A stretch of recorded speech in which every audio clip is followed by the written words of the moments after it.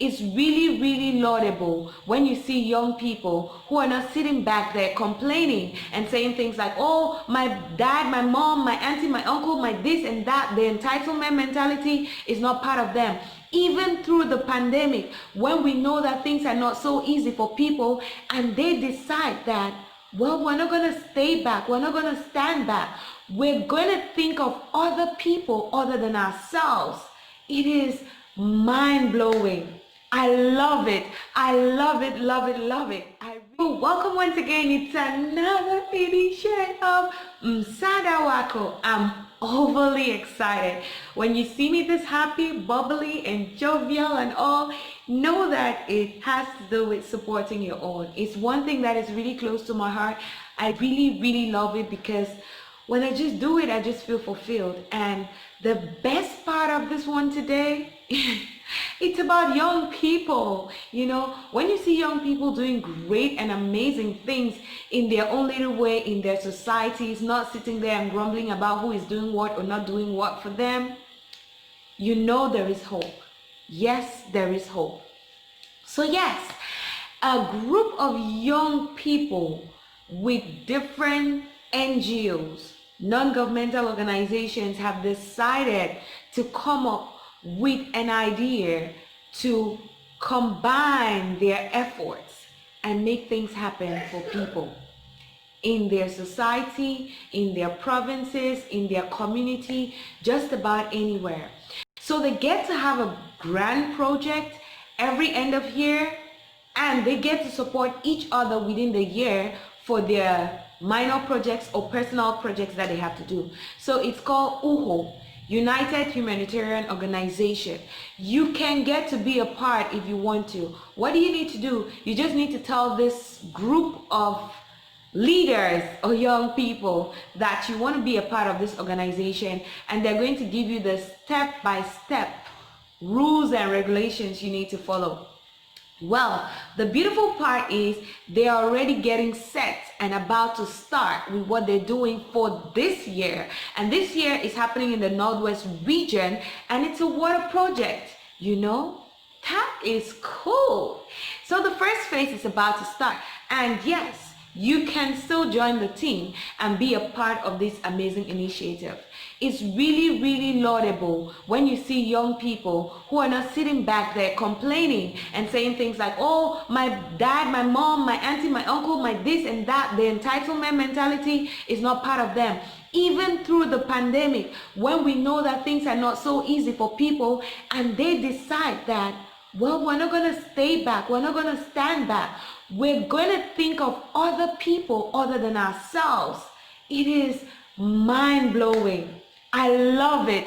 I love it, love it, love it. I really don't know how to say it. I wish my heart could be opened up right now and you see exactly how I feel. I feel so excited.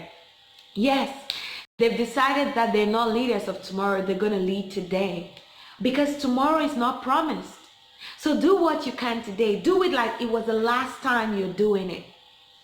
So these young, amazing people decided to come together to do grand projects in communities, to help less privileged, to help the vulnerable, to chip in, to give back to the society because they have also received enormously from the society.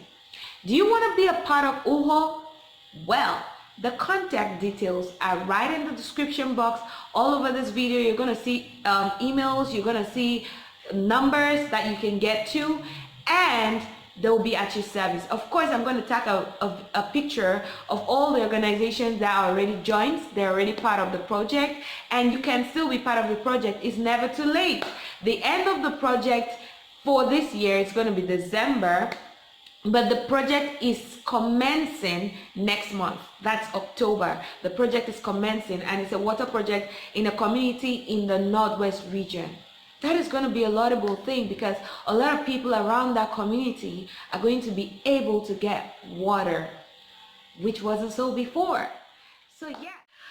Oh yes, so you can get to contact us and be a part of United Humanitarian Organization. It's a group of non-governmental organizations, humanitarians who have decided to come together to make the world a better place. Because we know together we're stronger. And yes, let's get a sneak peek. They were given a plot of land to build their own space to make it the way it's comfortable for them. So you're going to hear from the lady who is the one who is taking care of each and every individual who is living there in that particular care home. And after, you would get to know what we're doing. And yes, so I want you now to get a little bit from the CEO, the person who is taking care of all these amazing kids, and they're about to build their own place that is going to be comfortable and all-inclusive and really good for them to be able to do whatever they want to do in this place. And we decided to partake in that project by building a water well for them. You can be a part of this project too, maybe building the orphanage itself or joining us to build the well for this wonderful institution. So let's get a sneak peek. That I have here, it is not easy for disabled children to work here, and given that it's somebody's house, I cannot equally modify the house the way I like, so as to make it accessible for the children. If it was my own house, I would have made it in the way that we like, so that children can move freely, they can play freely. But given that you are begging somebody, even toilets, even kitchens, we don't have. They don't help the children too. This problem of accessibility have gone away, that our authorities of Mancon, they have allocated us a plot. And the most pressing thing that is pressing me now, what I carry in me wherever I go, is the dream to see that site develop in a way that these children will have a harbor where rain will be falling, water will not suspend our legs up. Because as you simplify the steps that enters the house, they don't allow us to put doors. We have been staying in a house where there are no doors for over 2 years.